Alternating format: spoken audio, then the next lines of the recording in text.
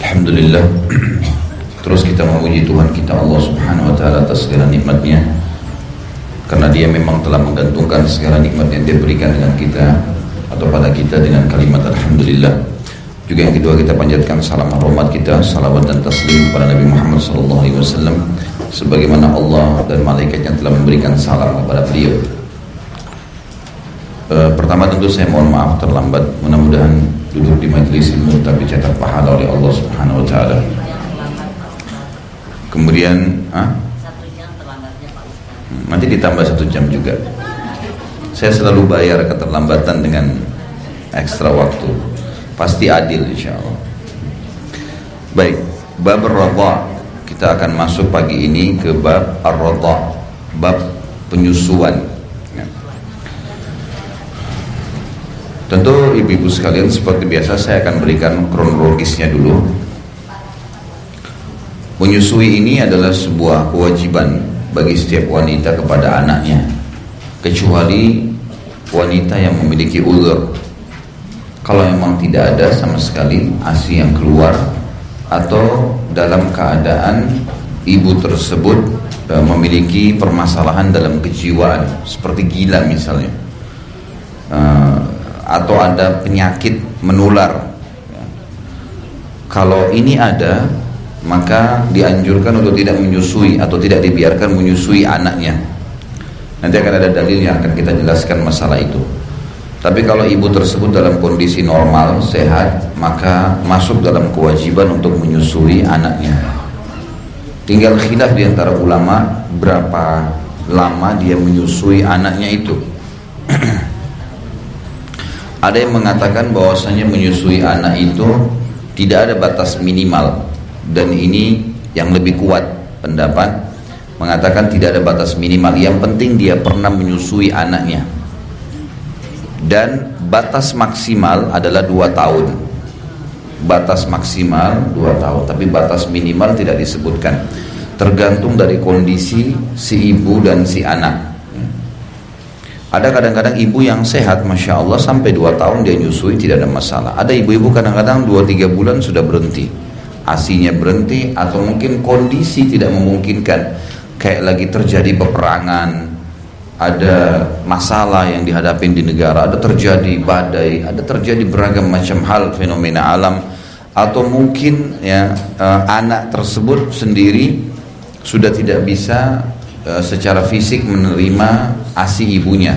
Kadang-kadang ini karena kualitas makanan dan minuman, biasanya karena kemiskinan gitu kan, yang terlalu luar biasa gitu. Seperti ada beberapa wilayah di India itu sampai-sampai karena miskinnya mereka tidak punya makanan kecuali sedikit ya, potongan roti sehari, sampai perut ya, perut mereka itu bukan cuma sekedar ratah lagi dengan bagian dada, tapi bisa sampai cekung ke dalam karena tidak adanya makanan, karena kemiskinan. Maka gimana caranya ada ASI? Itu tidak mungkin. Akhirnya kan terhenti dengan sendirinya. Pendapat yang paling kuat mengatakan tidak ada batas minimal, tapi batas maksimal dianjurkan ya, batas maksimal 2 tahun. Jadi dianjurkan untuk tidak melewati 2 tahun itu. Itu Allah sudah sebutkan dalam Al-Quran. Tentu ini pendapat. Ada pendapat yang mengatakan batas maksimal dan minimal ya, bagi wanita normal adalah 2 tahun, dan itu hak anak. Itu hak anak ya. Semestinya memang dia memberikan kesempatan anaknya untuk menyusui. Dan dari sini juga keluar pendapat ulama mengatakan batas normal jarak antara anak dengan anak adalah masa menyusui itu. Jadi hamil lagi terjadi pada saat selesai menyusui. Jadi ini secara alami Allah Subhanahu wa Ta'ala mengatur hak anak 2 tahun, berarti proses alami ya. Ibu-ibu itu tidak akan hamil pada saat dia sedang menyusui. Sebagian tentu medis mengatakan kalau menyusui itu adalah KB alami, sehingga membuat tidak bisa, atau kalau lagi menyusui maka otomatis tidak hamil ya, gitu. Itu dengan hikmah Allah Subhanahu wa Ta'ala, kita tidak tahu, tapi ini yang secara ilmiah pun terbukti seperti itu kan? Tentu tidak ada yang bisa menggantikan ASI. ibu-ibu sekalian, dan ibu tentu lebih tahu daripada saya bicara masalah teori saja, tidak ada yang bisa menggantikan ASI. Selama ibu masih bisa, jangan pernah merasa terganggu dengan ASI itu. Tidak bisa digantikan antara susu manusia dengan susu sapi, gitu kan. Tidak mungkin sama kualitasnya. Walaupun susu itu mahal, tetap tidak bisa. Jadi kualitas ASI adalah kualitas yang telah Allah memang siapkan untuk itu. Untuk antibodinya si anak, untuk pertumbuhannya, dan kita temukan anak-anak yang ASI apalagi sampai 2 tahun jauh lebih luar biasa perkembangan tubuhnya ya ke depan, baik itu kecerdasan atau perkembangan fisik dan seterusnya. Jadi selama ibu masih bisa, maka jangan sampai terpengaruh dengan perkataan-perkataan sebagian orang. Maaf, ada statement yang mengatakan, dan saya menangkap dari istri saya, sebagian ibu-ibu ada yang ngomong kalau nyusuin malah payudaranya tidak bagus, nanti akan terganggu, kata-kata seperti itu. Dan ini semua tidak benar. Ini semua tidak benar. Justru secara alami ya, kantong itu akan terpenuhi, dan itu proses alami seperti ya ini contoh saja. Masalah nanti kalau ada kasus orang yang keluar tidak ada ASI dan segala itu tidak ada masalah. Itu memang hikmah Allah SWT. Tapi yang jelas Allah tidak mungkin bebankan hambanya sesuatu yang berbahaya bagi dia. Kasus masalah menyusui, kasus masalah melahirkan. Saya kan sudah pernah bilang, masalah perempuan melahirkan, seringnya melahirkan maka sering ada peremajaan di rahim seorang wanita, yang dasarnya memang harus ada peremajaan di situ. Sederhananya haid setiap bulan, maksimalnya nifas 40 hari keluar darah itu maksimal, dan itu akan sangat berpengaruh pada kesehatan setiap wanita. Jadi tidak mungkin Allah Subhanahu wa taala membebankan sesuatu pada hambanya yang sebenarnya buruk bagi dia. Ini berhubungan dengan masalah menyusui yang sebenarnya bukan bahasan kita itu ya. Karena ini cuman saya hubungkan karena ada masalah bab penyusuan. Yang sedang kita bahas adalah menyusui dari selain ibu kandung, dari selain ibu. Jadi bab menyusui dari wanita lain. Dalam Islam hukumnya boleh. Sebagaimana Nabi SAW disusui oleh Halimah Sa'diyah. Dan juga Allah menyebutkan dalam Al-Quran boleh disusui oleh wanita lain, tidak ada masalah. Cuma yang perlu diketahui, harus wanita yang menyusuinya ini adalah wanita-wanita yang baik dari sisi karakter, baik dari sisi kesehatan. Ini semua harus diperhatikan. Nanti akan kita bahas, ada hadis terakhir dalam bab ini, itu Nabi SAW melarang ya anak bayi disusui oleh wanita yang bermasalah dalam kejiwaan atau bodoh sekali ya. Itu ada masalah gitu kan. Ini nggak boleh sembarangan, sebab akan mentransfer karakter dan hal-hal yang buruk kepada si bayi. Jadi ASI bukan hanya sekedar nutrisi tubuh, tapi ada hubungannya dengan transfer sifat ya, karakter dan beragam hal yang nanti akan kita rincikan insyaallah. Kalau seandainya ada seorang ibu, di antara ibu misalnya hadir sini mau menyusui anak temannya misalnya, kapan proses penyusuan itu membuat ibu menjadi mahram terhadap anak temannya ibu yang laki-laki? Maka ini yang jadi rincian di hadis-hadis pertama kita. Karena Nabi SAW tidak menghitung menyusu itu dengan satu sedotan atau 2 sedotan, gitu kan? Tapi Nabi SAW menghitung pada saat bayi itu kenyang, baru dihitung bayi itu ya, telah menjadi mahram bagi si ibu kalau dia laki-laki ya. Jadi ini poin juga harus difahamin ya. Jadi kalau hanya sekedar menenangkan misalnya bayi, walaupun dia punya ASI, bayi itu baru meminum sekali atau 2 kali saja dan dia belum kenyang, maka tidak terhitung mahram. Misal karena temannya lagi pergi, anaknya nangis gitu kan, maka itu tidak terhitung. Tapi kalau anak itu dalam kondisi lapar, minum sampai dia kenyang, maka sudah berlaku hukum mahram.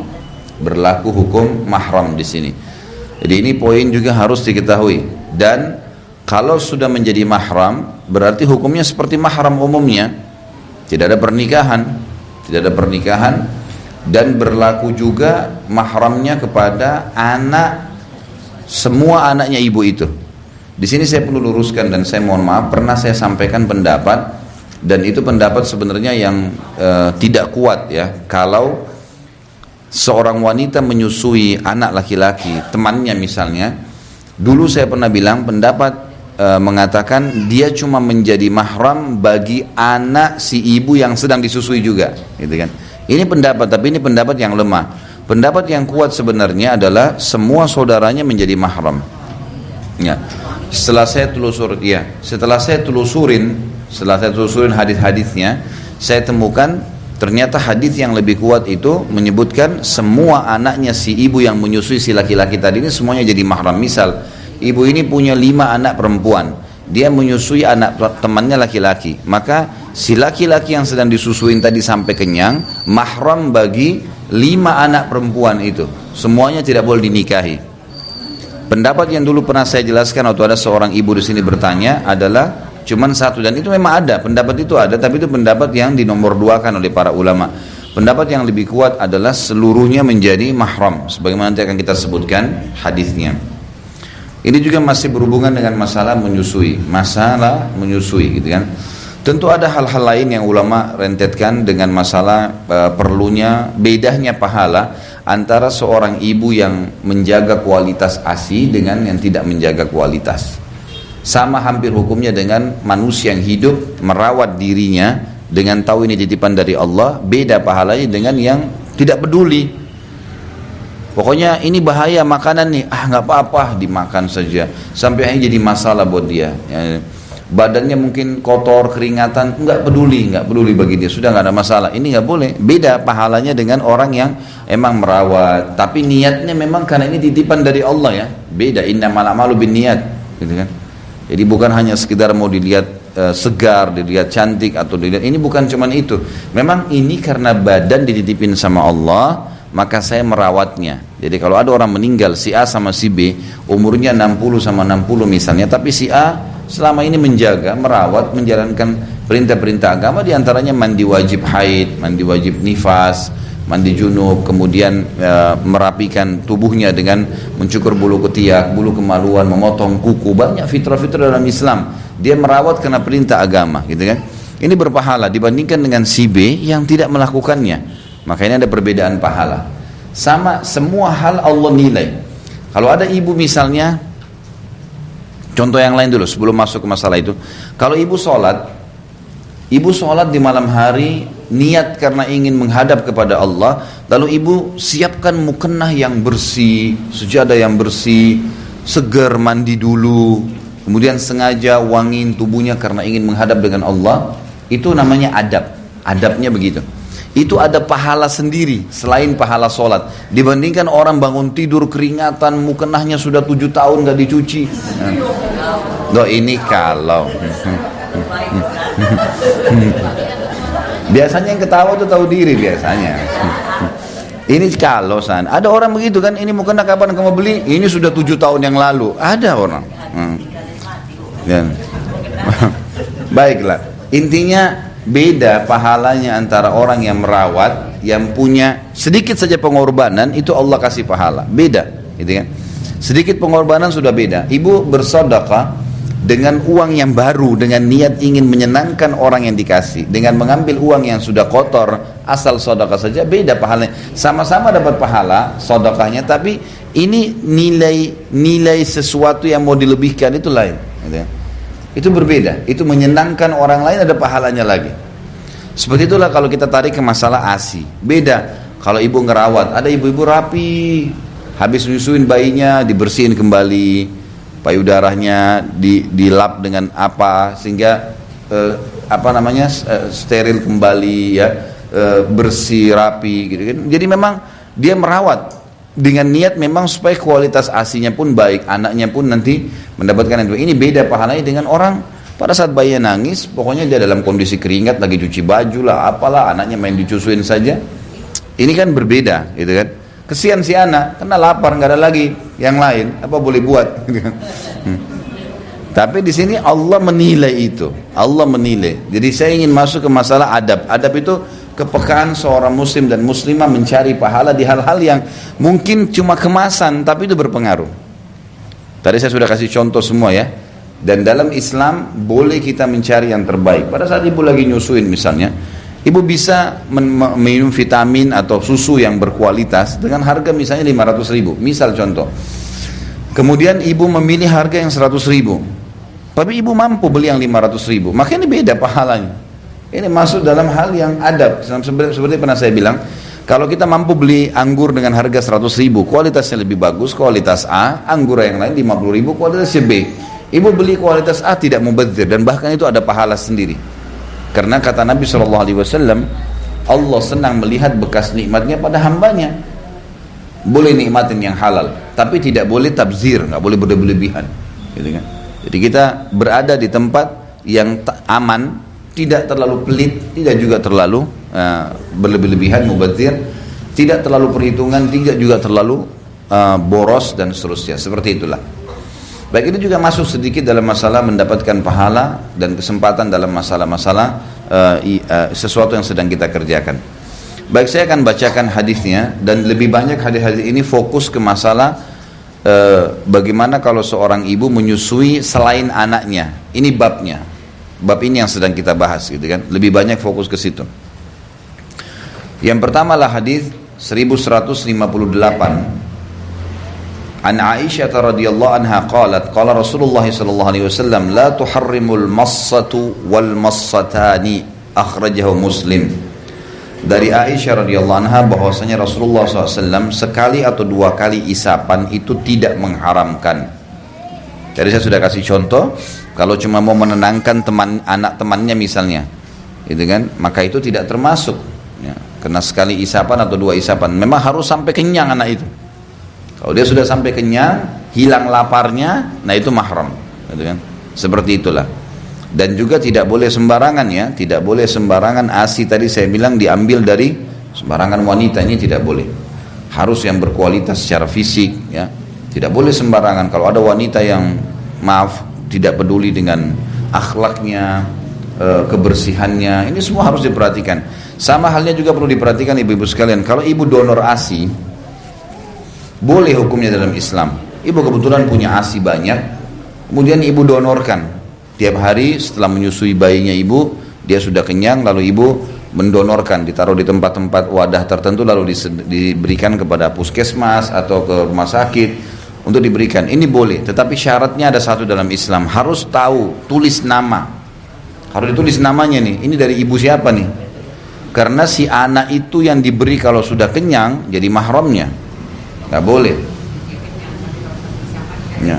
Iya, kalau misal ada seorang ibu mendonorkan ASINya, ditaruh di wadah, dikasih ke sebuah tempat lah, puskesmas, rumah sakit segala, ditaruhlah misalnya di tempat-tempat steril, lalu banyak bayi-bayi yang mungkin tidak jelas ibunya kemana atau ibunya nggak punya ASI, kemudian dikasih. Ini harus ASI ini, walaupun cuma satu kali diminum, misalnya kadarnya setengah liter misalnya, atau lebih sedikit dari itu, misalnya berapa mili, itu diminum sama bayi-bayi itu sampai kenyang, maka pemilik ASI ini, ibu itu harus jelas siapa orangnya, namanya siapa, tinggal di mana, karena berhubungan dengan hukum mahram nih. Anak ini nanti jadi mahramnya dia. Bukan cuma itu, anak ibu ini semuanya jadi mahramnya dia. Nanti akan kita jelaskan hadisnya. Ada sahabat bertemu dengan sahabiat, ya, kemudian mereka menikah. Pas mereka menikah, baru selesai akad nikah, ada seorang ibu datang lalu berkata, saya pernah menyusui kalian berdua. Sudah nikah, sudah akad nikah. Lalu mereka bingung, hukumnya gimana nih? Benar nggak nih? Mereka tidak kenal ibu itu, tapi ibu itu datang dan mengatakan, kalian berdua ini waktu kecil saya pernah susuin secara bersamaan. Yang ibu yang mengatakan saya nyusuin ini, gitu kan, bukan ibu kandungnya salah satu dari mereka, bukan. Kebetulan memang dia cuma suka menyusuin anak-anak. Iya, dia donor susu. Ternyata si laki-laki dan perempuan ini pernah disusuin sama. Itu sudah cukup membuat dia mahram, gak boleh nikah. Nah sekarang makanya pentingnya untuk difahamin. Pada saat mereka sudah nikah, baru akad nikah, si perempuan datang mengatakan, saya pernah nyusuin kalian berdua. Mereka lapor kepada Nabi SAW. Kata Nabi SAW, kalau sudah ada yang memberikan kesaksian tidak boleh. Cerai akhirnya. Nggak boleh, dipisahin karena sudah dianggap mahram. Makanya hati-hati kalau ibu pun mendonorkan ASINya, harus jelas siapa orang itu, gitu kan? Jelas alamatnya, jelas statusnya, gitu loh. Jadi seperti itulah. Baik, hadis 1159 melengkapkan apa yang kita bahas tadi. Wa anha wa anha radhiyallahu anha qalat qala Rasulullah sallallahu alaihi wasallam unzurna min ikhwanikunna fa inna marradha'atu minal maja'ah atau minal muja'ah, muttafaqun alaih. Dan dia, maksudnya Aisyah radhiyallahu anha juga meriwayatkan yang sama, bahwa Rasulullah SAW bersabda, wahai kaum wanita, lihatlah saudara-saudaramu sepenyusuan, sebab penyusuan itu hanyalah karena lapar, muttafaqun alaih. Maksudnya harus perhatikan baik-baik, hati-hati mana yang jadi mahram, mana yang tidak. Ibu pun lagi nyusuin, tahu ibu nyusuin ini akan ada hubungan mahram sama dia. Anaknya ibu semua jadi mahram sama dia. Jadi harus difahamin. Hadis ini diriwayatkan oleh Imam Bukhari Muslim, dan di sini dilihat footnote nomor 1. Aisyah berkata radhiyallahu anha, Rasulullah SAW masuk kepadaku dan saat itu ada seorang laki-laki di sisiku. Maka beliau bertanya, siapa ini? Saya menjawab, ia adalah saudaraku satu susuan. Rasulullah SAW bersabda, wahai Aisyah, lihatlah. Keluarlah hadis ini ya. Lihatlah ya saudara-saudara sepenyusuanmu, sebab ya penyusuan itu hanya karena lapar. Artinya hati-hati, jangan sampai kamu pikir ini mahrammu, ternyata bukan. Harus tahu pada saat disusuin oleh orang yang menyusuin sampai kenyang nggak nih. Poinnya itu. Karena kalau hanya tadi satu isapan atau dua isapan tidak mahram, maka nggak boleh duduk bersama, gitu kan? Karena yang duduk bersama ya mungkin tidak pakai jilbab adalah yang jelas-jelas mahramnya. Sabda Nabi SAW ini memberikan pelajaran kepada kita tentang pentingnya peduli dengan masalah ASI ini pada saat diminum, karena ini akan menjadi ada hukum mahram, keluar hukum mahram di situ. Baik, 1160. Wa anha radhiyallahu anha qalat ja'at Sahlatun bintu Suhail faqalat ya Rasulullah inna Saliman maula Abi Hudzaifah ma'ana fi baitina wa qad balaga ma yablughu ar-rijal faqala ardi'ihi tahrumi alaihi, rawahu Muslim. Dia juga Aisyah berkata radhiyallahu anha, Sahla binti Suhail datang dan berkata, wahai Rasulullah. Sahla binti Suhail ini istrinya Abu Hudzaifah, gitu kan? Dia berkata, wahai Rasulullah, sesungguhnya Salim, budak kecil yang telah dimerdekakan Abu Hudzaifah, tinggal bersama kami di rumah kami, padahal ia sekarang sudah mulai dewasa. Dulu waktu masih kecil hidup, sekarang sudah mulai beranjak dewasa. Beliau bersabda, susuilah dia agar engkau menjadi haram dengannya. Riwayat Imam Muslim. Kita dengarkan dulu kisahnya di footnote nomor 1. Abu Hudzaifah radhiyallahu anhu pernah mengangkat anak bernama Salim, bekas hamba seorang wanita Ansar, sebab seperti halnya Rasulullah SAW mengangkat anak Zaid ibn Harithah. Jadi pernah ada budaknya Nabi SAW namanya Zaid ibn Harithah, Nabi angkat jadikan dia sebagai anak angkat, bukan hanya budak tapi anak angkat, gitu kan. Pada zaman jahiliyah, orang yang mengangkat anak seseorang, maka orang lain akan memanggil anak itu sebagai anaknya dan menjadi salah satu ahli warisnya, sampai Allah menurunkan firman-Nya, ud'uuhum liabaihim huwa aqsatu indallahi fa in lam ta'lamu aba'akum fa ikhwanukum fid dini wa malikum. Panggillah mereka semua anak-anak angkat kalian itu dengan memakai nama bapak-bapak mereka. Nggak boleh pakai nama ayah angkatnya. Misal si Ahmad mengangkat Salim, tapi Salim ini nama ayahnya Muhammad, boleh diangkat, tapi tidak boleh dikatakan Salim bin Ahmad, harus Salim bin Muhammad walaupun anak angkat. Ini soalnya banyak orang salah ini, karena ini tidak boleh penghapusan nasab. Kalau kita hapus nama ayahnya diganti kepada ayah angkat, maka berarti secara otomatis penghapusan nasab.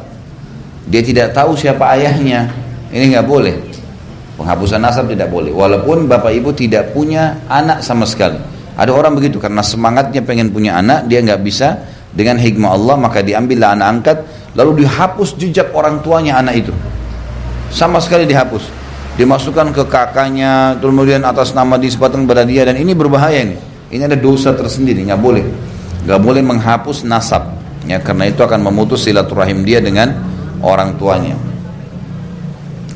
Kata Allah, panggillah mereka anak-anak angkat itu dengan memakai nama bapak-bapak mereka, itulah yang lebih adil pada sisi Allah. Dan jika kamu tidak mengetahui bapak-bapak mereka, maka panggillah mereka sebagai saudara-saudaramu seagama dan maula-maulamu. Maksudnya kalau memang kalian tidak tahu siapa ayahnya, ditemukan anak di pinggir jalan, apa yang harus dilakukan? Bisa dinisbatkan, dibuatkan nama. Kalau di sekarang kayak di kerajaan Saudi itu dibuatkan nama. Kalau anak yang tidak jelas ditemukan di pinggir jalan, ada ibunya nggak bertanggung jawab, main ditaruh oleh pemerintah Saudi, ditampung di sebuah wadah, kemudian dinisbatkan namanya kepada nama-nama yang dibuat seperti Abdullah, Abdurrahman, Abdul Ghafur, tapi ini tidak ada orang ini. Disebutkan begitu, lalu kemudian dinisbatkan akhirnya dengan istilah nama kotanya, seperti kota Mekah Al-Makki, kota Madinah Al-Madani, misalnya gitu. Jadi di Saudi itu ada lembaga-lembaga, ada lembaga khusus yang mengurus itu, gitu kan. Saya pernah melewatin di Mekah dan saya dijelaskan oleh salah satu warga Mekah, ini lembaga yang khusus mengurus anak-anak yang nggak jelas, gitu. Jadi tidak ketahuan orang tuanya, gitu. Seringlah terjadi kayak sekarang orang menaruh sembarangan anaknya di pinggir jalan lah, atau apa saja gitu kan. Nah ini, atau anak-anak zina, maka ini semua dirawat oleh pemerintah dan dinisbatkan kepada nama yang dibuat, namanya nama waham, nama yang tidak ada orangnya gitu kan, tapi dinisbatkan kepada Allah, Abdullah, Abdurrahman, Abdul Ghafur, lalu setelahnya dinisbatkan nama kotanya Al-Makki, dan itu diurus oleh kerajaan sampai ke pernikahannya, sekolahnya, pernikahannya, segala gitu ya. Seperti itulah. Bisa dipanggil dengan nama seperti itu, atau dikatakan oleh Allah sebagai saudara-saudara kalian seagama ya. Bisa juga nama dia saja, misalnya Ahmad saja gitu kan, Ahmad saja sebagai saudara seiman, tapi tidak boleh didatangkan nama ayah angkatnya atau orang yang menaunginya ya. Ini nggak boleh ada penisbatan nama di situ, sebagaimana Allah sebutkan dalam ini surah nomor 33 ya, surah Al-Ahzab, ayatnya ayat 5. Maka mereka mengembalikan panggilan anak-anak angkat itu kepada bapak-bapak mereka. Lalu datanglah Sahal dan berkata, ya Rasulullah, saya pandang Salim sebagai seorang anak yang bernaung bersama saya dan Abi Hudzaifah, dan ia memandangku dengan banyak, yaitu termasuk ketika saya mengenakan pakaian keseharianku. Padahal Allah SWT telah menurunkan firman-Nya tentang mereka sebagaimana yang telah engkau ketahui. Maksudnya tidak boleh lagi anak-anak angkat itu melihat ibu angkatnya kalau tidak menutup aurat, gitu kan. Seperti pakaian sehari lah, tidak pakai jilbab segala, karena itu tetap bukan mahram, karena anak angkat bukan mahram. Maka Rasulullah SAW berkata, susuilah dia 5 kali susuan. Dengan demikian maka kedudukan Salim adalah sebagai anak dari susuan. Hadis ini diriwayatkan oleh Malik dalam kitab Muwatta, Ahmad dan Muslim meriwayatkan dari Ummu Salamah bahwa ia berkata, seluruh istri Nabi SAW tidak mau menerima kedatangan seorang pun kepada mereka untuk menyusui ya, untuk menyusu.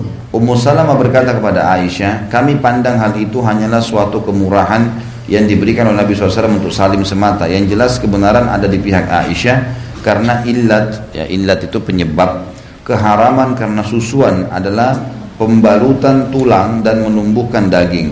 Sedangkan air susu ini dapat mewujudkan hal itu dalam perut siapapun, baik anak kecil maupun orang dewasa. Jadi khilaf di antara ulama di sini. Kalau seandainya ada anak yang diangkat ditinggalkan di rumah, dari kecil tidak sempat disusuin oleh ibu angkatnya, gitu kan? Bagaimana hukumnya supaya dia bisa jadi mahram? Dari hadis ini diambil 2 pendapat ulama. Yang pertama mengatakan, anak yang sudah dewasa ini boleh disusuin, tapi dengan cara susu itu diperah, dikasih ke dia di gelas, dan itu 5 kali menyusu sampai kenyang, walaupun dia sudah dewasa. Dikasih sampai dia kenyang, maka jadi mahram. Iya. Ya, ini kalau kan ada ibu-ibu angkat itu, Bu, dia punya anak angkat nih, misalnya anak pertamanya dia umur 1 bulan, dia ngangkat juga anak lain 2 bulan, baiklah. Setelah dewasa nih, ada anak lain 5 orang ke bawah, masih masa menyusui. Yang ini sudah balik, ini sudah 14-15 tahun, anak bayinya baru lahir, ada yang anak kelima misalnya. Dia lagi nyusuin, ada asinya. Kita berbicara kalau ada asinya, bukan kalau sudah nenek-nenek, maaf. Loh iya, Kita kan tangkap yang masih ada asinya. Kalau ada ibu yang nggak punya anak, yang ambil anak-anak nggak punya istri. Ya itu berarti tetap tidak bisa. Karena syarat untuk menjadi mahram nyusuin. Kalau dia tidak ada susunya ya sudah, berarti tidak bisa mahram selamanya. Dia boleh tetap mengangkat anak angkat, tapi hukumnya hukum mahram seperti orang asing. Dia boleh tinggal di situ, tapi tidak boleh kalau berduaan. Hukum-hukum agama berlaku padanya. Ini kita bicara kalau seandainya dia masih punya asi. Dan contoh kasus kayak tadi. Ini misalnya anak-anak diangkat ini masih bersama dengan anak pertama, tapi dia nggak sampai susuin. Anak dia pada saat yang kelima ini anak sudah balik nih, 14-15 tahun. Tapi dia sudah sayang, sudah seperti anak sendiri. Gimana solusinya dalam syariat? Maka dia boleh memberikan asinya, tapi di wadah. Ya, karena sudah dewasa, sudah bisa membedakan. Loh iya, ini butuh dijelasin. Karena kalau dalam agama sedikit saja kita nggak jelasin, bisa orang salah fahamin gitu kan. Dan salah paham ini bisa menyebar pemahaman hukum yang salah. Makanya diberikan di wadah, kata ulama adalah kemudian dia minum sampai dia kenyang, ya. 5 kali. Dalam hadis ini kan 5 kali susuan untuk dewasa ya. Kalau anak bayi tadi kan 1 kali kenyang. Kalau orang dewasa ini 5 kali, gitu kan. Diberikan kemudian akan menjadi mahram. Akan menjadi mahram. Anak ini ya, kalau dia mau jadi mahram, kalau tidak dia tidak kasih asi, gitu kan? Seperti itulah. Nah, ini pendapat yang pertama. Artinya anak kecil atau orang dewasa tetap masih bisa menjadi mahram dengan cara seperti tadi. Kalau anak kecil disusuin sekali sampai kenyang, kalau orang dewasa disusuin sampai 5 kali. Tapi bedanya kalau yang sudah balik maka diberikan di wadah, diberikan di wadah. Karena memang dalam Islam diambil hikmah hukumnya adalah menyusui anak kandung pun disusui maksimal 2 tahun kan. Berarti anak di atas 2 tahun itu sudah tidak disodorkan lagi puting payudara gitu. Apalagi kalau orang yang anak angkat gitu kan. Itu hikmahnya di situ memahaminya. Makanya dia diberikan di wadah gitu. Diberikan di wadah. Ini pendapat yang pertama. Pendapat yang kedua adalah pernyataan yang disampaikan oleh Aisyah radhiyallahu anha yang mengatakan hukum Nabi SAW suruh tadi si sahabiat ini ya, si Sahlah istrinya Abi Hudzaifah gitu kan. Anak angkat ini namanya Salim. Salim ini dari kecil Sahlah ini punya asi tapi nggak disusuin karena dia budak ya, dianggap budak nanti bisa diperjualbelikan. Setelah dewasa Sahlah sudah sayang sama Salim, dianggap seperti anak sendiri. Gimana hukumnya nih? Maka Nabi SAW kebetulan karena Sahlah masih punya asi, ada anak bayi baru lahir, maka Nabi SAW suruh meletakkan di wadah, kemudian diminumkan kepada Salim agar Salim bisa menjadi mahramnya, kan gitu, bisa menjadi mahramnya. Dan itu memang pada saat itu Sahlah ada anak bayinya yang memang dia masih punya asi, dia masih punya asi. Pendapat kedua ini mengatakan hukum ini khusus berlaku pada Salim saja. Tidak berlaku pada yang lainnya, kan gitu. Ini pendapat kedua ya. Jadi ini pengkhususan Nabi SAW kepada Salim. Bisa dilihat di footnote itu ada perkataan di sini. Aisyah berkata, yang tadi saya bacain footnote itu ya.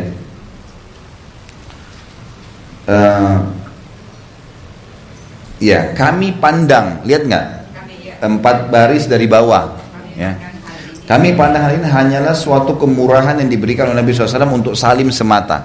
Maksudnya adalah ini pernyataan yang disampaikan oleh ya, istri-istri Nabi. Ummu Salamah berkata, ya, Ahmad dan Muslim meriwayatkan dari Ummu Salamah bahwa ia berkata seluruh istri Nabi SAW tidak mau menerima kedatangan seorang pun kepada mereka untuk menyusu. Ummu Salamah berkata kepada Aisyah, kami pandang.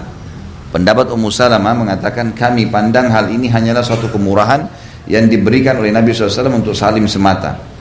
Yang jelas kata beliau, penulis bilang, kebenaran menurut penulis buku ini, kebenaran adalah pada pendapat Aisyah. Aisyah mengatakan ini bukan khusus untuk Salim, semuanya bisa.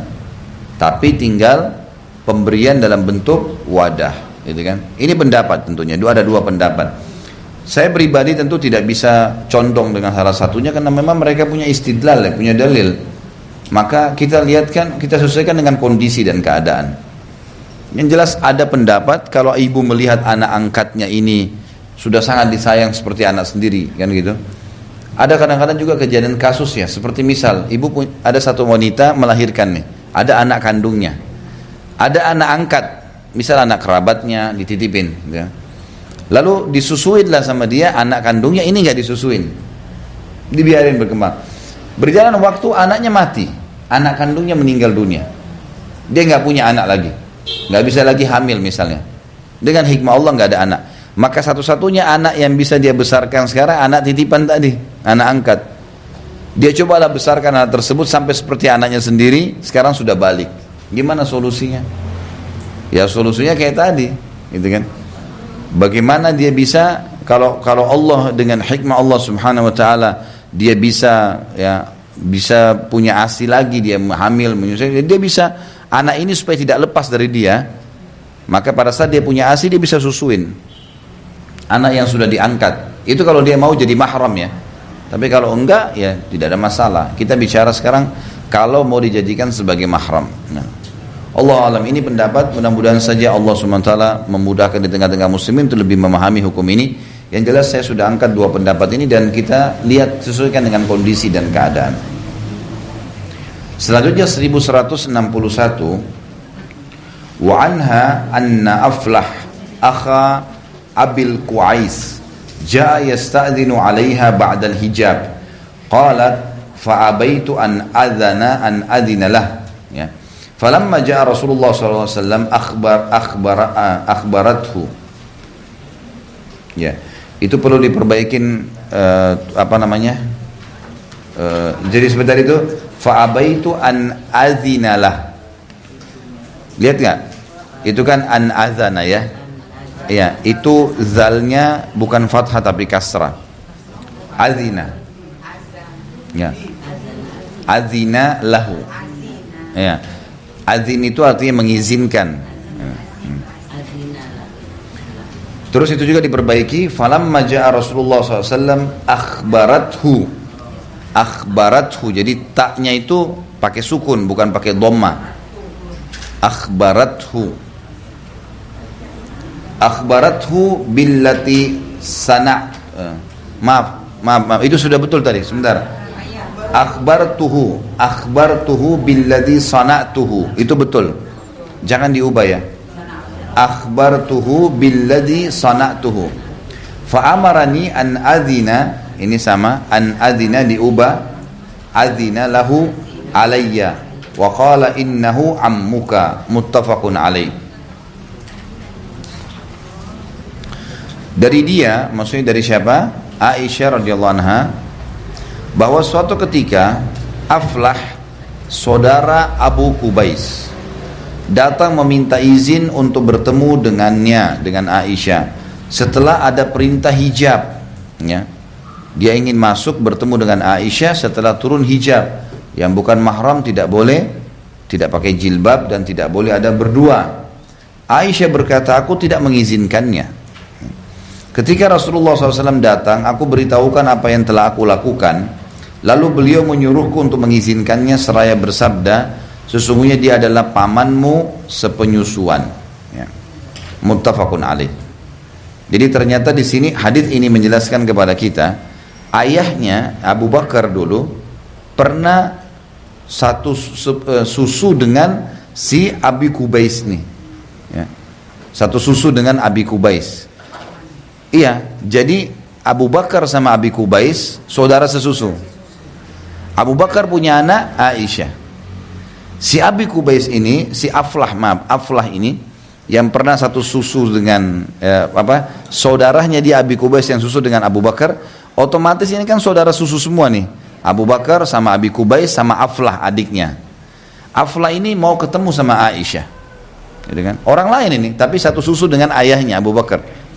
Maka Aisyah tidak izinkan, dianggap bukan mahram. Waktu Nabi SAW dengar, Nabi tahu ceritanya, Nabi mengatakan izinkan, dia pamanmu sepenyusuan, karena dia adalah saudara susu ayahmu. Jadi ini pun masuk dalam masalah mahram. Saudara susunya ayah tetap menjadi mahram kepada anaknya misal si A sama si B, saudara susu laki-laki sama laki-laki. Si A menikah punya anak perempuan, tetap mahramnya si B. A sama B saudara susuan laki-laki sama-sama. Lalu si A menikah punya anak perempuan, anak perempuannya saudara mahramnya si B. Karena B ini saudara sepupu ayahnya, saudara sesusuan ayahnya. Ya, jadi mahram itu bukan hanya kepada dia tapi kepada anak-anaknya juga. Jadi berlaku seperti berlakunya mahram saudara. Berlaku. Jadi ini rentetan hukumnya sangat besar, sangat luas ya. Nanti kita akan lihat lebih jauh lagi dengan hadis-hadis setelahnya. 1162 wa anha radhiyallahu anha qalat kana fima unzila minal Qur'an ashru radha'atin ma'lumatin yuharrimna thumma nusikhna bi khamsin ma'lumat fatuwfiya Rasulullah SAW wa hiya fima yukra minal Qur'an rawahu Muslim. Dia telah berkata, maksudnya Aisyah juga radhiyallahu anha, yang diharamkan Al-Quran ialah 10 penyusuan yang dikenal. Jadi di awal-awal Islam itu harus 10 kali nyusu baru mahram. Kemudian dihapus ayat itu dengan 5 penyusuan tertentu. Dan Rasulullah SAW wafat ketika keadaan masih tetap sebagaimana Al-Quran yang dibacakan, ya, yang tentang 5 kali menyusui tadi. Kalau anak angkat ya, anak angkat kemudian mau dijadikan mahram maka 5 kali susu gitu. Nabi SAW meninggal dengan hukum itu, artinya tidak ada perubahan sampai Al-Quran sempurna. Kita lihat footnote-nya, riwayat Imam Muslim nomor 1. Dengan keterangan itu, Aisyah ingin menjelaskan bahwa penasakhan, nasakh itu penghapusan ya. Kalau dalam istilah Al-Quran, nasikh dan mansukh. Nasikh itu ayat-ayat yang menghapus dan mansukh ayat-ayat yang dihapus. Jadi ada di dalam Islam, di awal-awal Islam ada ayat-ayat yang turun berlaku hanya beberapa waktu saja. Setelah itu terhapus. Seperti kasus bolehnya di awal-awal Islam orang sholat masih mabuk. Di awal-awal Islam. Turun setelah itu ayat menghapus ayat tersebut dengan tidak bolehnya sama sekali mabuk di sholat atau di luar sholat misalnya. Nah ini termasuk ayat-ayat yang turun. Seperti itulah. Di awalnya turun 10 kali, menyusui sekarang 5 kali. Jadi dengan keterangan itu Aisyah radhiyallahu anha ingin menjelaskan bahwa penasakhan itu terjadi dalam waktu dekat menjelang kewafatan Rasulullah SAW, sehingga sebagian orang yang belum mengetahui adanya nasakh, adanya penghapusan, nasakh itu akan membacanya menurut tulisan yang pertama, seakan-akan mereka belum tahu, mereka mengira masih 10 kali susuin sampai kenyang baru bisa mahram, tapi yang benar adalah tinggal 5 kali saja. Selanjutnya 1163, wa an Ibnu Abbas radhiyallahu anhuma anna Nabiy sallallahu alaihi wasallam urida ala ibnati Hamzah faqala innaha la tahillu li innaha ibnatu akhi min ar-radha'ah wa yahrumu min ar-radha'ati ma yahrumu min an-nasab. Muttafaqun alaih. Dari Ibnu Abbas radhiyallahu anhu bahwasanya dia menginginkan agar Nabi SAW menikahi putrinya Hamzah. Hamzah adalah paman Nabi SAW. Ya. Beliau bersabda, dia tidak halal untukku, tidak bisa saya nikah sama anaknya Hamzah, sepupu tapi tidak bisa nikah.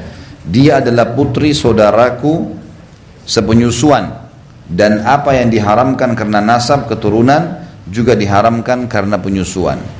Jadi nggak bisa, karena dulu saya pernah berhubungan dengan masalah nyusui ini sama orang ini, sepupu saya yang perempuan ini. Jadi saya nggak bisa nikah dengan dia. Jadi kalau misalnya ibu nyusuin anak saudara kandungnya, anak saudari kandungnya, ibu misalnya iya ponakan, ibu susuin ponakan, gitu kan? Dengan menyusui ponakan itu, misalnya ponakan kita laki-laki, disusuin sampai kenyang tadi, anaknya ibu perempuan. Nah ini sudah nggak bisa nikah, gitu kan? Itu yang dimaksud. Nabi SAW tidak bisa nikah dengan putrinya Hamzah karena saudara sesusuan tadi itu. Dan di sini yang jadi yang ingin kita titik beratkan, perhatikan sabda Nabi SAW, dan apa yang diharamkan karena nasab, karena keturunan, juga diharamkan karena penyusuan. Jadi nggak boleh lagi nikah dan mahram, gitu kan? Dan mahram. Hadis selanjutnya 1164, wa an Ummi Salamah radhiyallahu anha qalat qala Rasulullah sallallahu alaihi wasallam la yuharrimu min ar-radha illa ma fataqal am'a wa kana qabla al-kitam, rawahu Tirmidzi wa sahahahu huwa wal Hakim. Dari Ummu Salamah radhiyallahu anha bahwa Rasulullah SAW bersabda tidak haram karena penyusuan kecuali yang membekas di perut, yaitu sebelum anak itu disapi. Riwayat Imam Tirmidzi, hadis sahih menurutnya dan juga Hakim. Maksudnya yang dimaksud dengan berbekas di perut ini adalah kenyang, ya, sampai dia kenyang. Karena kembali kepada hadis pertama tadi di bab kita, itu tidak diharamkan dengan 1 atau 2 kali isapan saja. Selanjutnya 1165, wa Ibnu Abbas radhiyallahu anhu maqal la radha'a illa fil haulaini, rawahu Daraqutni wa Ibnu Adi marfu'an wa mauqufan wa rajjahu al-mauquf. Ibnu Abbas radhiyallahu anhu berkata tidak ada penyusuan kecuali dalam 2 tahun. Hadis marfu', maksudnya tidak ada penyusuan melebihi 2 tahun, ya. Jadi maksimal adalah 2 tahun. Tadi sudah saya jelaskan di awal. Hadis ini marfu sudah saya jelaskan, diangkat langsung ke Nabi SAW tanpa melalui sahabat, ya. Dan ada juga yang mengatakan mauquf maksudnya cuma sampai kepada sahabat, tidak disebutkan Nabi Muhammad SAW. Sebagaimana disebutkan Daraqutni dan Ibnu Adi. Namun mereka lebih menilainya mauquf, maksudnya cuma sampai sahabat. Ibnu Abbas saja. Ibnu Abbas tidak menyebutkan nama Nabi. Kalau ada riwayat hadis cuma sampai ke sahabat, kayak gini misalnya, Ibnu Abbas radhiyallahu anhu berkata, ya, tidak disebutkan, tidak ada Rasulullah SAW bersabda, nggak ada.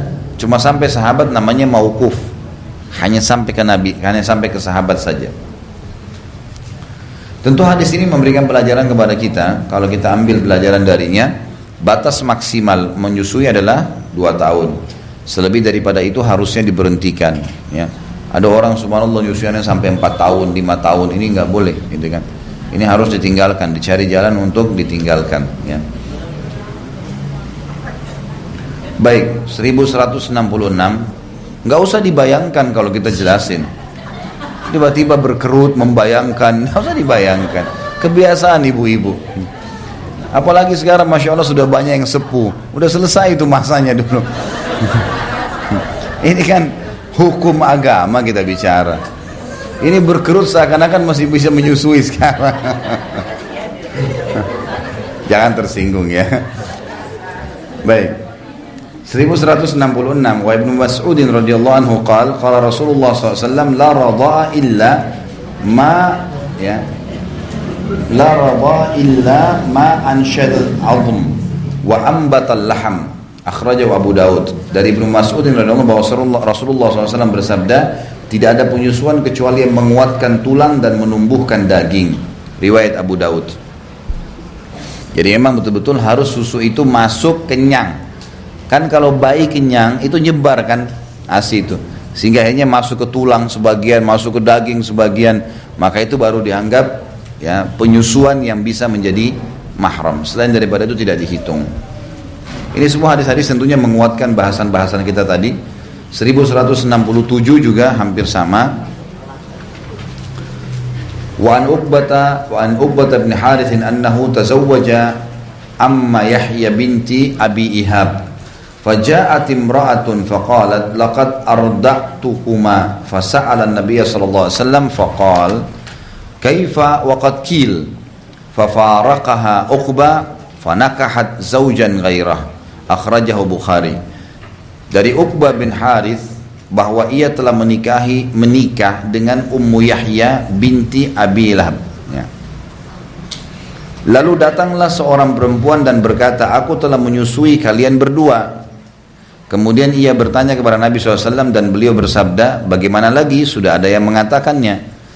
Lalu Uqbah menceraikannya dan wanita itu kawin dengan laki-laki lain. Riwayat Imam Bukhari. Jadi walaupun sudah menikah, sampai keluar dari hadis ini ulama mengatakan walaupun sudah kumpul, sudah punya anak, ternyata baru ketahuan saudara susuan harus cerai. Nggak mungkin dilanjutin rumah tangganya, ya. Lo nggak ada istilah cinta, ini saudara gimana? Makanya Nabi bilang dalam hadis ini, bagaimana lagi sudah ada yang mengatakan, gitu kan? Nggak bisa. Kalau dilanjutkan haram. Saudara seperti sama saudarinya. Gimana caranya? Nggak bisa lagi. Ya, makanya pentingnya, sebentar maaf, makanya pentingnya harus tahu tuh tadi saya bilang datanya siapa yang kasih ASI nih. Ini semua tadi kita jelasin itu karena supaya jangan sampai orang lepas kena hukum ini nih. Karena sampai pada tingkat kalau sudah nikah pun harus terceraikan. Karena itu lain, itu sudah karena ketidaktahuan, gitu kan? Itu lain, itu tetap jalan saja. Dan itu penisbatan namanya ya penisbatan nama seperti tadi, dia tidak dinisbatkan nama kepada si laki-laki, tapi penisbatan nama dicarikan nama, gitu kan? Ya? Kalau udah lama baru dia tahu kalau anak itu udah ada namanya udah bisa ada. Ya ini hukum syar'i. Kalau masalah, artinya kita bicara masalah hukum, Bu. Hukumnya harus begitu. Jadi memang harus lebih hati-hati. Makanya dari awal nih, kan pernah saya bilang ya, seperti kasus misalnya gini, Bu. Pekahnya ibu harus hati-hati menerima sperma laki-laki misalnya. Saya pernah jelasin di awal bab nikah dulu. Karena setetes sperma saja laki-laki yang salah nih, misalnya orangnya jahat, akhlaknya tidak baik, itu sudah cukup kalau ibu hamil. Ini anak ternisbatkan ke laki-laki itu abadi, nggak bisa diganti. Mau dia penjahat, mau dia peminum minuman keras, pokoknya dia ayahnya. Ini bahaya sekali kan gitu. Sama juga laki-laki, sembarangan dia meneteskan spermanya di rahim perempuan itu, seburuk apapun akan ternisbatkan ibunya abadi, nggak bisa diubah. Makanya hati-hati sekali dalam masalah-masalah seperti itu. Itu saya dengan sabda Nabi SAW, takhayyaru linutafikum, hati-hati meletakkan benih kalian atau menerima benih dari seseorang. Ini hati-hati sekali karena memang berbahaya. Sama kasus tadi memberikan ASI itu, nggak boleh main-main nih. Kan sebenarnya tinggal kejelian ya. Kalau dia jeli, dia nggak sembarangan nyusuin orang, maka tentu saja akan terjaga ya.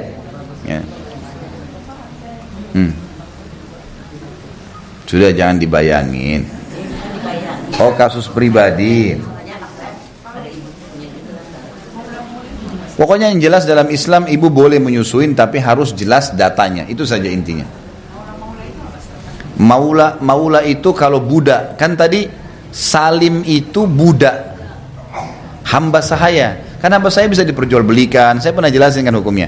Nah kalau misalnya ibu dapat budak, misalnya di pasar nih, di pasar budak ada penjualan budak dan masih kecil, mungkin bayi. Ada orang ini budak, nggak jelas nih anaknya siapa. Lalu ibu mau beli, ibu beli misalnya, kan gitu. Maka itu kan nanti kalau ibu bebasin, ibu mengatakan, udah anak ini saya bebasin dari keterbudakan. Kan ada istilah maula. Maula itu maula itu istilah digunakan bagi seorang budak yang dibebaskan oleh tuannya. Jadi misal gini, ibu beli seorang budak bernama Ahmad misalnya. Terus ibu bilang, saya bebasin kamu Ahmad dari keterbudakan. Maka misalnya nama ibu Fatimah misalnya, maka dikatakan Ahmad maula Fatimah. Karena si Fatimah ini bebasin dia dari keterbudakan. Maula ini punya hukum sendiri ya, pernah kita jelasin, ada hukum warisan. Jadi kalau sampai si Ahmad jadi kaya raya, terus dia meninggal, Fatimah masih hidup, ibunya tadi, tuannya yang bebasin dia, maka Fatimah masuk dalam salah satu penerima warisan. Ada istilah maula. Nah, dalam Islam kan bisa ya kita bebasin budak. Ya, ini ada istilah dan ini hanya kalau tuannya bebasin ya. Kalau si budak yang melakukan mukatabah, masih ingat ada istilah mukatib? Mukatib itu budak bilang sama tuannya, tuan saya mau bebas, gimana syaratnya? Kata tuannya, kamu bayar kepada saya 100 juta misalnya. Baiklah, kata budaknya, negosiasi, saya akan bayar 10 juta per bulan, bisa? Dia bilang bisa. Baiklah, 10 bulan bebas. Ini namanya mukatib. Maka kalau ada budak yang minta begini, ibu harus bisa menerima. Terima dia supaya dia bisa bebas. Dan ini sesuai dengan sabda Nabi SAW juga, 3 orang yang pasti Allah berikan rezeki. Yang pertama mukatib, budak yang mau bebasin diri dan dia tebus dirinya, Allah pasti kasih rezeki. Yang kedua mujahid, yang ketiga orang menikah karena takut terjerumus pada yang haram, Allah pasti akan berikan kepada mereka rezeki dijamin. Tapi hal itu adalah mukatib. Itu istilah maula. Ya. Baik. Yang jelas di sini Kalau terjadi pernikahan dan ternyata ketahuan saudara sesusu harus pisah, cerai, itu hukum syar'i. Bagaimana ya itu tidak usah dibahas lagi, bagaimananya hukum syar'inya harus di-cut sampai di situ, nggak boleh lagi dilanjutin. Makanya harus hati-hati, yang mau memberikan ASI nggak boleh sembarangan, harus jelas datanya dan tahu siapa anak yang disusuin, dan orang yang disusuin juga tahu siapa ibu yang menyusuinya ini. Baik, hadis terakhir dalam bab kita ini, setelah itu silakan kalau ada yang mau bertanya ya. 1168, wa an Ziyad as-Sahmi qala naha Rasulullah SAW an tustarda'al hamqa, akhraja Abu Dawud wa huwa mursal wa laysa li Ziyadin suhbah. Dari Ziyad as-Sahmi bahwa Rasulullah SAW melarang menyusui dari perempuan-perempuan yang bodoh. Ya, ini maksudnya bodoh ini sebenarnya lebih kena kepada gila, ada kelainan jiwa. Ya. Jadi maksudnya masuk ke situ ya. Riwayat Abu Dawud, hadis tersebut mursal sebab Ziyad bukan termasuk seorang sahabat. Tapi hadis ini masih diperselisihkan oleh para ulama ya. Diselisihkan para ulama, cuman maknanya diambil oleh para ulama fikih karena di sini Ziyad as-Sahmi ini setelah ditelusurin ternyata bukan sahabat. Tidak masuk dalam salah satu kandidat, tidak masuk dalam satu sahabat. Jadi kalau ada orang meriwayatkan begini misalnya dari Ziyad as-Sahmi bahwasanya Rasulullah melarang, tapi dia bukan sahabat, nah ini jalurnya kayak terputus. Berarti ada seseorang yang dia terima ilmu hadis darinya, riwayat ini, tapi nggak disebutin siapa itu, gitu kan? Cuman di sini Abu Dawud mengangkatnya dan para ulama fikih memegangi makna hadis ini. Dikarenakan gitu kan, secara penelitian sekarang terutama di zaman sekarang memang terbukti ya, wanita yang memiliki kelainan jiwa gitu kan, permasalahan-permasalahan atau mungkin penyakit menular, itu dianjurkan malah walaupun dia ibu kandungnya, itu dianjurkan kalau ada efek buruk, dia gila tadi, dia nggak dianjurkan keluarganya memang memisahkan dengan bayinya, dia tidak nyusuin. Tapi mungkin pada hal-hal tertentu dipertemukan dan segala, karena itu bisa berbahaya. ASI bisa mentransfer karakter tadi, juga bisa mungkin dia bahayakan bayinya. Kalau orang gila kan bisa bahayakan bayinya, mungkin dia bisa cekik, mungkin dia bisa bunuh, mungkin macam-macam, gitu kan. Seperti itulah. Jadi tentu dengan hikmah-hikmah yang sangat besar yang telah Allah Subhanahu Wa Taala tetapkan. Allahu a'lam. Ini bahasan kita. Silakan kalau ada yang punya pertanyaan. Ya, silakan. Kenapa saya nggak dengar? Saya nggak dengar, Kak. Pelan-pelan, Bu. Kenapa? Pakai mic. Assalamualaikum warahmatullahi wabarakatuh. Waalaikumsalam warahmatullahi wabarakatuh. Maaf Ustaz, tadi kan kalau itu yang disusuin anak laki-laki, apakah berlaku untuk kalau yang disusuin itu anak perempuan Ustaz? Anak suaminya? Sama Bu, sama ya. Kalau seorang wanita menyusui anak perempuan, apakah jadi mahram buat suaminya si ibu itu? Iya, karena sudah hukum anak. Sudah hukum anak. Kalau anak laki-laki mahram buat si ibu, anak perempuan mahram buat suaminya. Ya, dan bukan cuma itu. Anak perempuan yang disusuin bukan cuma mahram buat suaminya, mahram buat saudara-saudaranya si ibu ini. Saudara-saudaranya ini, jadi seperti pamannya. Saudara ibu itu misalnya ibu itu punya saudara 3 laki-laki, itu jadi mahram semua, nggak boleh nikah sama saudara-saudara ibu itu, karena sudah ada penyusui. Gitu. Ya. Ada lagi? Ini nomor 1160, apa nggak salah polisnya dari 100. Tusuilah dia agar engkau menjadi haram dengannya. Artinya bukan nggak salah itu. Susui dia supaya dia tidak haram lagi. Iya, istilah kan mahram. Mahram kan dari kata-kata haram. Mahram kan itu dari kata-kata haram, artinya terlarang. Jadi maksudnya jadi haram itu, jadi haram artinya haram menikah. Itu maksudnya. Jadi tetap betul maknanya. Enggak, karena dalam bahasa Arab misalnya dari kata-kata harama yahrumu artinya terharamkan, gitu kan? Fahuwa mahramun, maka dia orang yang terharamkan, seperti itulah. Jadi memang maknanya bisa supaya dia jadi haram buat kamu, maksudnya supaya dia jadi haram untuk menikah denganmu, itu maknanya. Silakan Bu, tadi di sini sebentar. Jadi yang bertanya yang pegang mic ya, nasib. Yang di sana berarti harus nunggu mic-nya antri. Assalamualaikum warahmatullahi wabarakatuh. Waalaikumsalam warahmatullahi wabarakatuh. Bagaimana kalau yang bayi yang didonorkan itu apakah harus anak dari seorang muslim atau boleh yang non muslim? Enggak masalah, tidak masalah. Bayi yang disusuin muslim atau non muslim tidak ada masalah. Nabi SAW disusui oleh Halimah Sa'diyah. Halimah Sa'diyah waktu itu belum mengenal iman, tidak ada. Kemudian ada anaknya Halimah perempuan. Waktu ketemu dengan Nabi SAW setelah Nabi itu jadi Nabi dan perempuan itu masih dalam keadaan menyembah berhala di pedalaman suku Sa'diyah. Waktu ketemu Nabi SAW mengetahui ini adalah saudari sesusu saya dan sempat masuk dalam tawanan, dibebasin oleh Nabi SAW. Jadi nggak ada masalah gitu kan. Kalau kebalikannya gimana Ustaz? Kenapa? Kalau kebalikannya, jadi bayinya anak muslim. Nggak masalah. Kan tadi Nabi disusui oleh Halimah Sa'diyah. Halimah bukan orang muslim. Tidak ada masalah. Cuma tentu yang penting sekarang yang diprioritaskan adalah masalah fisik, kejiwaan.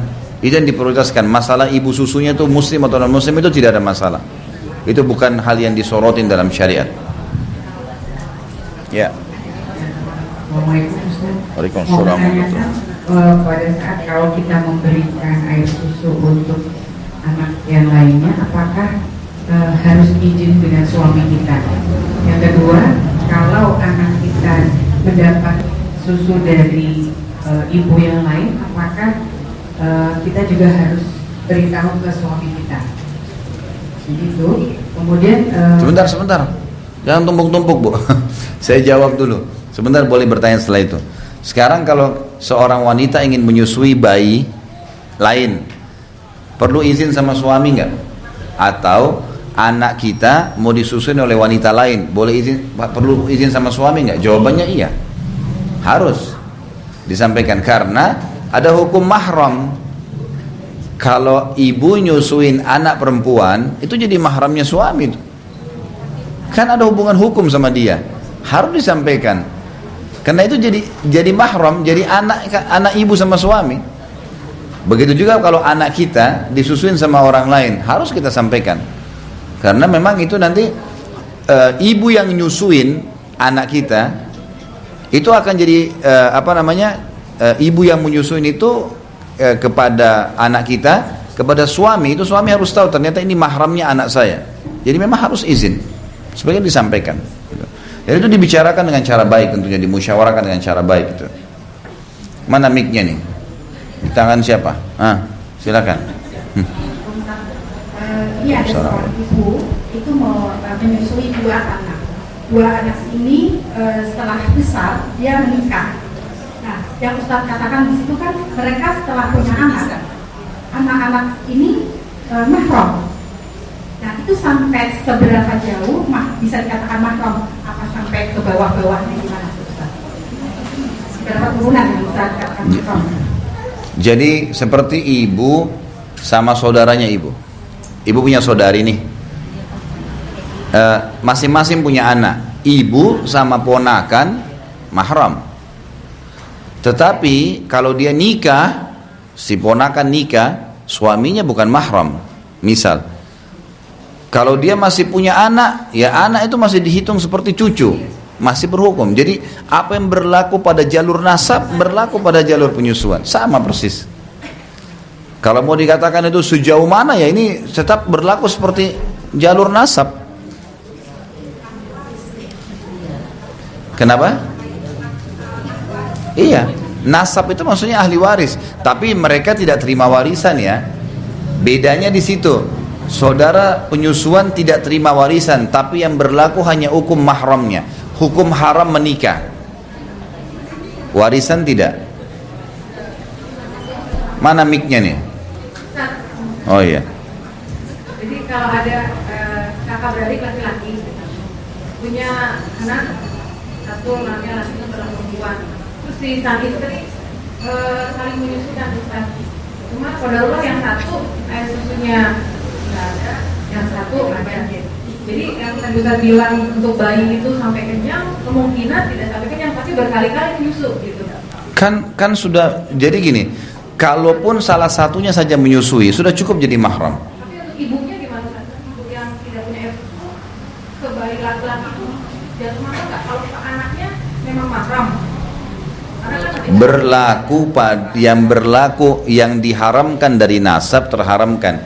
Sekarang si anak laki-laki tadi setelah disusuin, misal si anak ibu A dan ibu B ya, ibu A tidak punya ASI, ibu B punya ASI kan gitu. Ibu A punya anak laki-laki, ibu B punya anak perempuan, gitu kan? Baik. Si ibu A ini tidak bisa menyusui, anak laki-laki disusui oleh ibu B, maka otomatis anaknya dia yang laki-laki mahramnya anaknya si ibu B, gitu kan? Hukumnya anak laki-laki ini kepada wanita siapa yang ditanyain? yang tidak punya air susu itu, yang tidak punya itu yang punya anak perempuan. Yang tidak punya air susu yang punya anak perempuan. Tetap Bu, karena kalau anak sudah jadi hukum saudara sesusu, maka semua mahramnya saudara susunya mahram dia. Semua mahram saudara susunya mahram dia. Berlaku apa yang berlaku pada nasab. Saya punya saudara susu nih, saudari susu, saya nggak boleh nikah sama dia. Semua mahramnya dia mahram saya. Hukumnya begitu. Sama-sama perempuan misalnya, sama-sama laki-laki, mahramnya dia yang mahram saya. Tantenya dia, saudari ibunya, ya jadi mahram saya juga. Satu lagi boleh Ustaz. Iya. Nanti berhubungan dengan mahram tapi bukan penyusuan. Kalau misalnya punya sambung, Didekatin Bu. ibu sambung maksudnya ibu tiri. Ibu tirinya masih punya orang tua, masih punya bapak. Itu mahram nggak bagi anak tiri? Coba ulangin gimana? Jadi seseorang perempuan punya ibu tiri. Ibu tirinya masih punya bapak.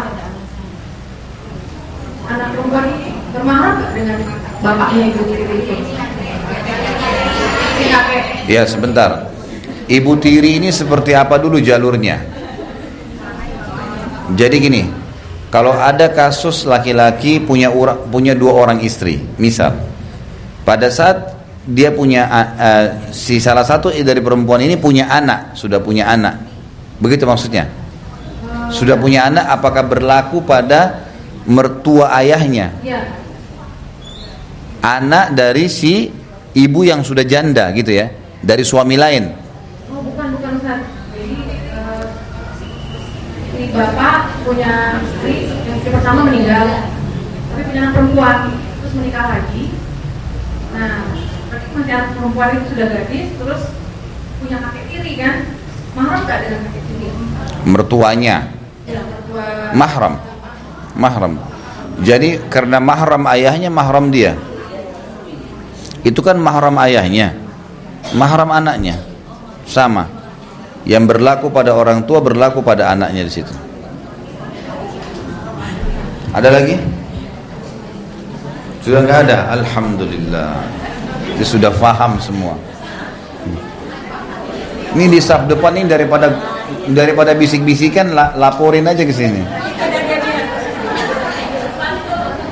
Tanya itu kalau misalnya anak yang sudah dewasa, udah 15 tahun remaja, terus dia kalau dia mau jadi mahram sama si ibu angkatnya ini, kadang menyusui sampai kenyang. Nah kenyangnya itu seberapa Ustaz? Apa dia udah makan? La ilaha illallah. Pertanyaan yang tidak perlu ditanya. Tergantung gemuk kurusnya Bu. Kalau dia gemuk dia minum banyak, kalau dia kurus dia minum sedikit. Habis gimana? Masa kita harus tahu seberapa dia? Ibu sekarang kalau minum, ibu tahu dari mana. Kalau ibu makan, ibu tahu dari mana kalau ibu kenyang. Ibu kan yang tahu. Nggak mungkin ibu sebelah yang tahu. Dia sudah tahu. Oh ya saya kenyang, ya sudah. Ini sih terlalu detail. Loh itu resikonya. Loh kalau mau jadi mahram. Ya sudah. Ini masalah nggak ada sebenarnya, tapi dibuat. Nggak ada masalah. Tidak sedang dihadapi dan tidak ada di masyarakat. Ya sudah tidak pernah ada, nggak usah ditanya Bu.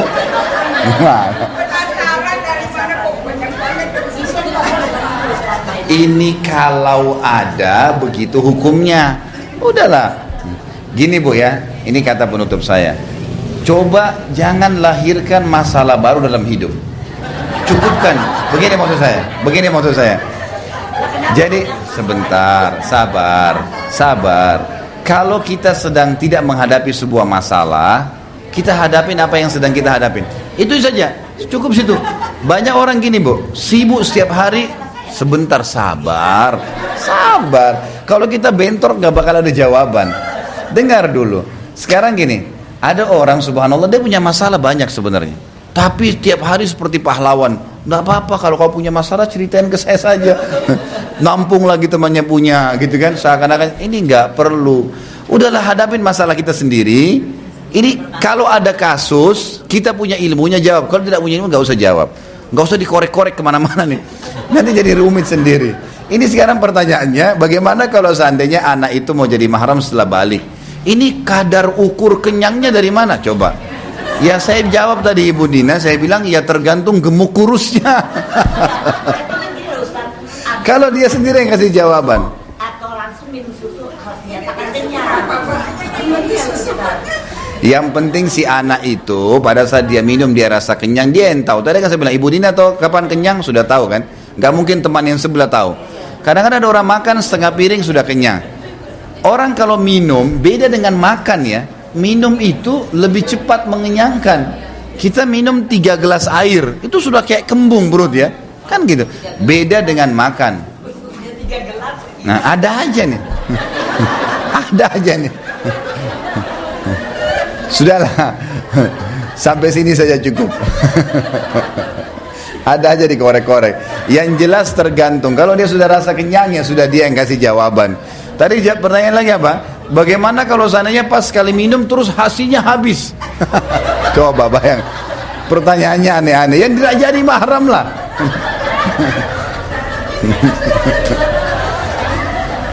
Baik, sampai sini insyaallah kita berdoa kepada Allah SWT. Semoga majelis kita diberkahi oleh Allah SWT, dan semua yang sakit disembuhkan penyakitnya, semua yang pernah berbuat dosa dimaafkan dan diampuni oleh Allah SWT, semua yang terlilit utang dilunasi utangnya, dan seluruh muslimin di Palestina, di Syria, di Yaman, di Irak, di Myanmar, dimanapun mereka sedang tertindas, Allah keluarkan mereka dari permasalahan mereka dan terima para syuhada mereka dan kokohkan telapak kaki mereka, dan juga muliakan Islam di tangan mereka dan tangan kita semua, dan semoga Allah satukan kita di surga firdausnya tanpa hisab, sebagaimana Ia satukan kita di majelis ilmu yang mulia ini. Kembali lagi saya sebelum kafaratul majlis mengingatkan kalau ibu-ibu dan bapak sekalian yang mau, maaf bapak-bapak tadi di belakang beberapa orang saja saya tidak sempat sebutkan. Kalau ada yang mau dengarkan ceramah di Play Store sudah bisa masuk ke Play Store itu di Android, tinggal ketik Khalid Basalam, ada KHB warna hijau, tinggal diklik gratis, insya Allah bisa didengarkan ceramah-ceramah. Walaupun belum selengkap di YouTube ya, belum selengkap juga di web, tapi insya Allah sudah ada. Kemudian bagi bapak ibu yang berminat untuk ikut program-program sosial tetap berjalan, tanah wakaf masih banyak, dan sekarang kita lagi fokus kedua kegiatan. Yang pertama itu menyebarkan mukennah dan sarung di beberapa wilayah yang sedang butuh. Kalau yang kemarin itu di daerah Banyumas ya, ada pembagian, memang di situ cukup banyak saudara kita muslim yang membutuhkan, dan juga ada di daerah Sulawesi Tenggara, di Kendari tepatnya, ada kemarin 10 orang dari Bali, dari Hindu mau masuk Islam, dan pada saat mereka masuk Islam itu diboikot oleh keluarganya, sehingga tidak ada satu lembar pun pakaian yang mereka bawa, tapi mereka tetap kokoh untuk masuk Islam. Dan kemarin kita sudah anggarkan minimal per orang kita siapin 500.000 untuk pakaian, jadi butuh 5 juta rupiah, dan ini baru kemarin. Kalau ada yang mau ikut silahkan. Tentu kita targetnya 500 sampai 1,5 juta per orang. Mudah-mudahan bisa kita penuhi kebutuhan mereka, karena mereka membutuhkan pakaian sholat sebenarnya, dengan pakaian sehari-hari, dan ingin tinggal di masjid di sana. Ini program yang pertama. Program yang kedua, pembangunan masjid. Sekarang kita punya beberapa lokasi yang akan dibangun masjid, dan minimal ukuran itu maksimal ukuran 15 kali 15 kali 15 meter, dan per meternya ada 3,5 juta ya. Kalau ada bapak ibu yang mau ikut silakan tinggal hubungin saya, nanti transfer uangnya, saya akan berikan kwitansi bukti penerimaannya untuk bisa kita bangun masjid itu. Jadi ada beberapa masjid, nanti saya bisa kirimin di WhatsApp foto-fotonya kalau berminat untuk dikirim gitu kan. Tapi yang jelas sekarang ada 5 masjid yang butuh untuk ada renovasi, ada bangun total. Nanti akan saya berikan data-datanya bagi yang berminat insya Allah. Yang jelas per meter